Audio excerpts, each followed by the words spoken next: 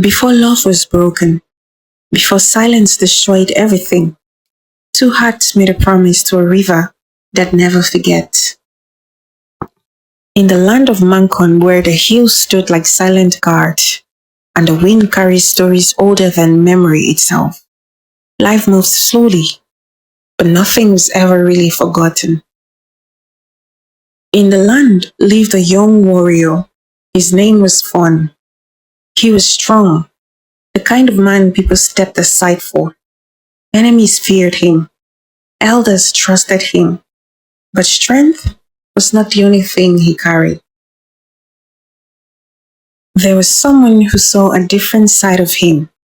Her name was Bee. Bee was not loud. She was not the kind that people chased, but there was something about her, something quiet, something deep that made you stop and listen, even when she said nothing. They grew up side by side, from children who knew nothing about the world to two souls who knew each other without even speaking. They walked the same paths, shared the same laughter, and carried the same silence. And always there was a river, the Mefon River. It did not just flow, it listened. It held stories, secrets, promises people were too afraid to speak out loud. One evening, when the sun was falling and the world felt still, Bee bent down and carried water in her hands. She looked at Fon, not as a child anymore, but as someone choosing him, and she said softly, "What this river holds, it never lets go." Fon did not laugh. He did not look away. He stepped closer, placed his hands over hers and said, "Then let it hold us." And in that quiet moment, with nothing but water between them, the river listened, and the river kept it. But some promises are not broken by time, they are broken by silence. The thing about betrayal is that it comes from the people you love and do not expect it from. Days passed, slow and quiet. Nothing changed. The village returned to normal, or so they thought, until one morning, strangers entered the village. They did not come with weapons, no shouting, no fear.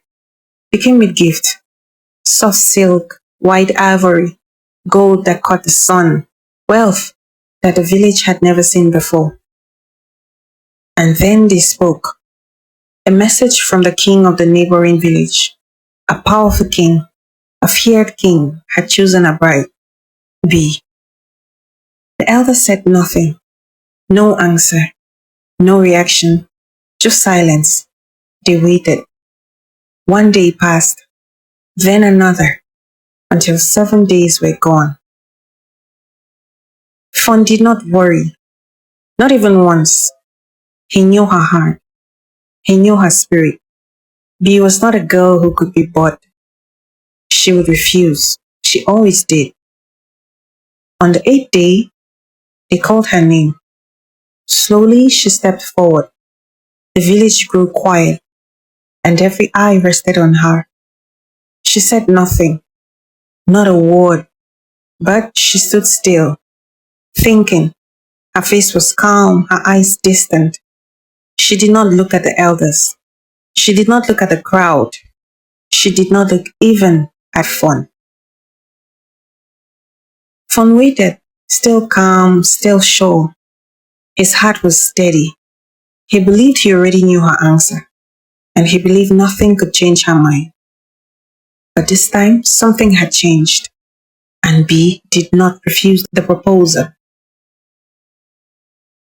Before the village elders, Fon stood like a man, a warrior, but deep down he was a broken person, unsure of how to act. The crowd slowly disappeared. One by one, they left. Their voices faded, their footsteps faded, but Fon stayed, like his body was still there, but everything inside of him had already gone quiet. He kept hearing her voice over and over and over again. I accept. Simple words, soft words, but they did not sound soft in his head. They sounded final. They sounded painful.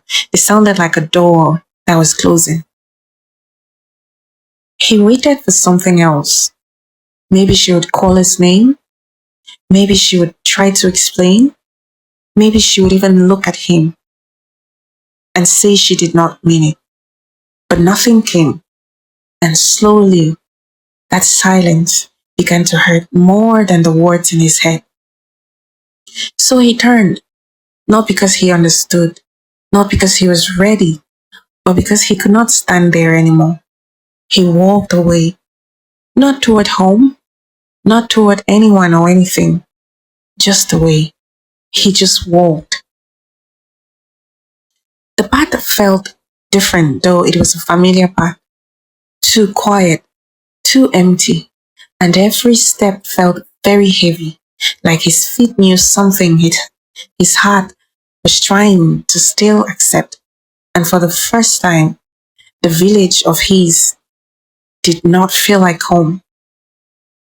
He stopped walking, not because he was tired, but because he did not know where to go. Forward did not feel right. Going back only felt worse. So he stood there, in between, holding a moment he did not understand.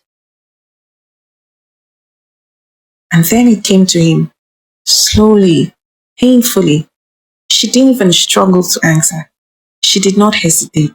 She didn't even look at him, which only meant one thing. This was not a sudden choice. This was something she had decided already. And that truth sat heavy in his chest. It wasn't just that she chose something else. It was that he was the only one still holding on, the only one who believed there was something between them.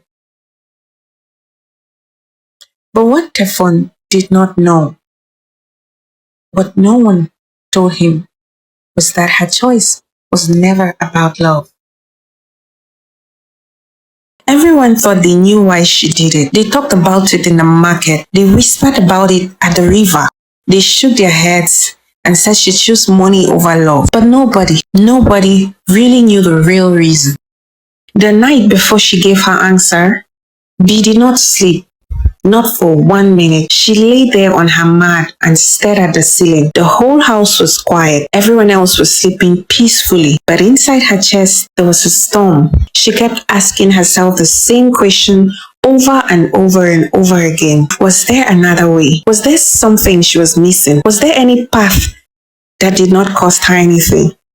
But no matter how many times she asked herself, the answer was always the same. There was no other way.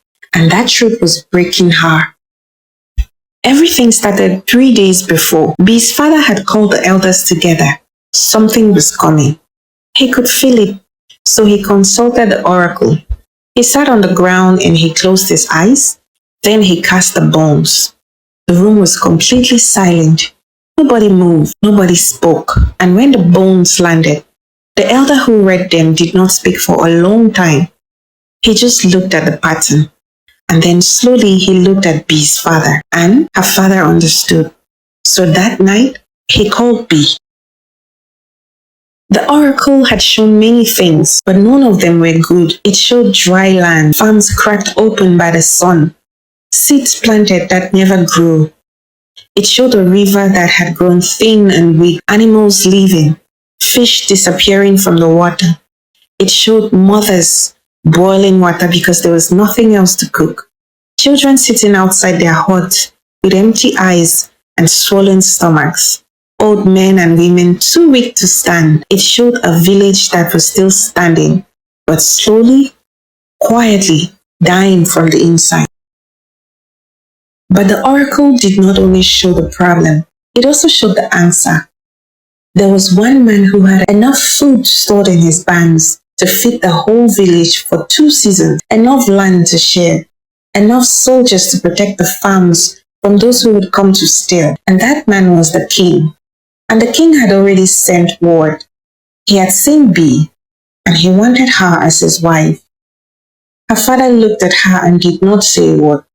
He did not even have to, because B already understood that the village survival was completely sitting in her hands. And so B sat with that knowledge for 3 days, 3 days of pretending that everything was normal, 3 days of smiling when people greeted her, 3 days of eating food she could not taste, because inside she was carrying something so heavy she couldn't even name it. People talk about sacrifice like it's so easy, like it's something you do once and move on. But it is rarely like that. Sacrifice means choosing pain on purpose. It means looking at your own happiness and deciding it is worth less than someone else's survival. That is not a small thing. That is the hardest thing a person can ever do. And on the third night, she made her decision. She did not cry when she made it. She had cried enough already. She thought about the old woman at the end of the road who had no sons left to farm for her. She thought about the little boy she saw every morning whose ribs were starting to show. She thought about the young mothers who were already mixing water into their food to make it last longer. She thought about all of them, and she thought about herself. And then she knew her pain was one person's pain, but their suffering was an entire village's suffering. So then, she chose, quietly, without telling anyone, she chose the people over herself. In all of this, the one person she wanted so badly to tell was Stefan. She wanted to sit with him under that tree that they loved. She wanted to hold his hand. She wanted to look him in the eye and explain everything, every detail, every reason. She wanted him to understand. But deep down, she knew she could not, because she knew Stefan so well. She knew how much he loved her. She knew that if she told him the truth, he would go to her father. He would argue with the elders. He would cause trouble. He would even go as far as putting himself in danger. And in the end, he would destroy the one thing she was trying to protect. So, she made the decision to say nothing. She swallowed every word. She looked at him one last time and she let him walk away, believing a lie. Because keeping him safe and keeping her people alive meant letting him hate her. And so Stefan built a story in his mind. A story where B was greedy, where she saw the king's palace and forgot everything they had, where she looked at their love, weighed it against gold and fine cloth, and decided that it was not enough. He told himself that story every day for years. He used it to explain the pain. He used it to stop himself from missing her. He used it to move on. But it was a lie. Every single part of it was a lie, and nobody ever told him. The saddest part is not that she believed it. The saddest part is actually that she let him. Every day for years, she watched him carry a wound she could have healed with the truth, but she never said a word. Because some truths are too dangerous to set free.